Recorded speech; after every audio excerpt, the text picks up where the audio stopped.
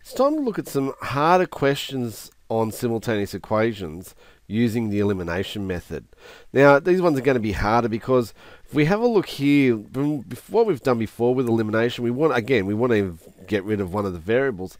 But what we're seeing is that we can't do that nicely because our coefficients are not in a nice form for us. So they're not the same, or with the different signs or the same sign. So what we need to do is do a little bit of manipulation. We're going to change it, but not the way the way it looks, but not the way it actually the values that actually exist.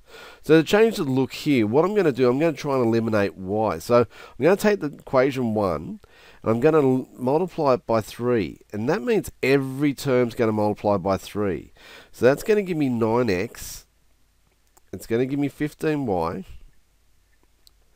and I'm going to multiply the 1 by 3 as well, which is going to give me number 3. Now, I'm going to call that equation 3 because, again, I do want to do some elimination. I do want to manipulate this one later on and add or subtract it, but I just want to give it a different number so I'm not getting it confused with anything else. So equation 2 here, I'm going to take that, I'm going to multiply that by 5.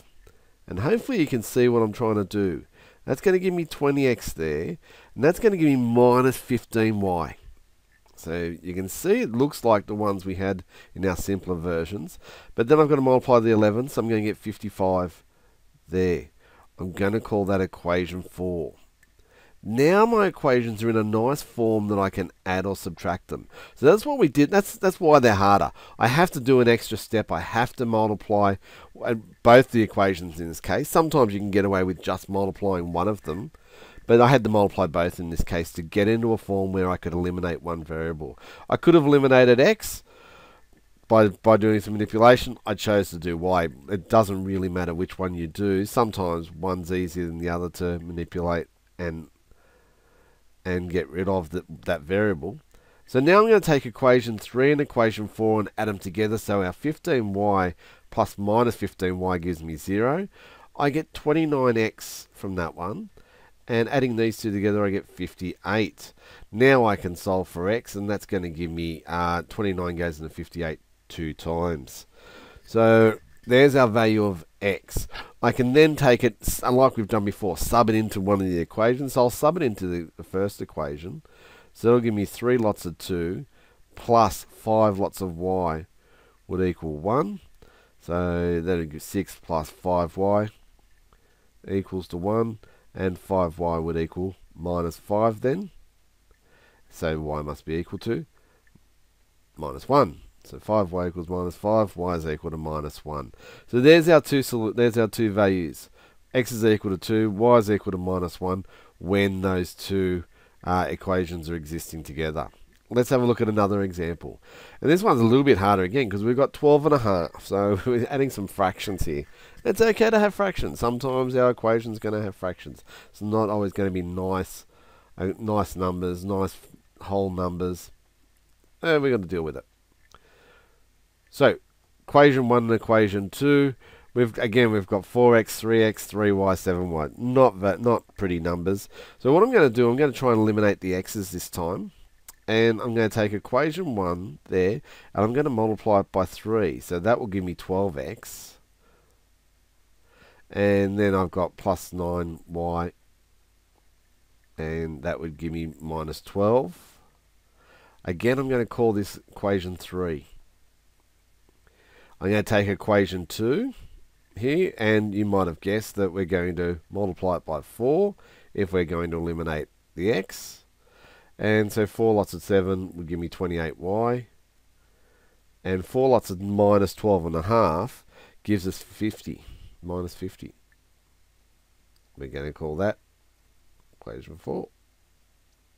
So there we go. There's our two new equations. I'm going to eliminate this one. So I'm going to actually take now equation 4. And I could do it any way I like, but I'll take equation 4 and subtract equation 3, and that'll subtract those two. And I'll do that only because I don't have to worry about getting a negative coefficient of y there. The 28 minus 9 would give me 19y. So if I did it the other way, I'd get a minus add a plus here, but that doesn't really matter.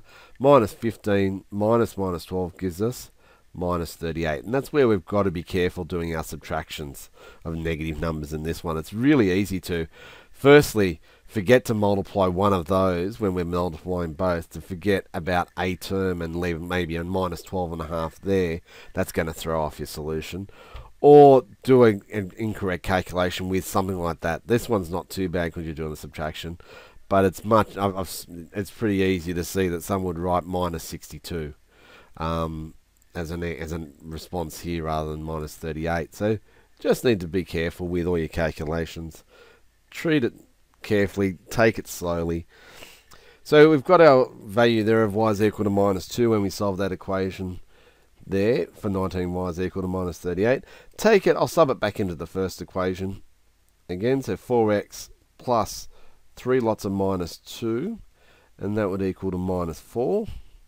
So 4x then minus 6 equals minus 4.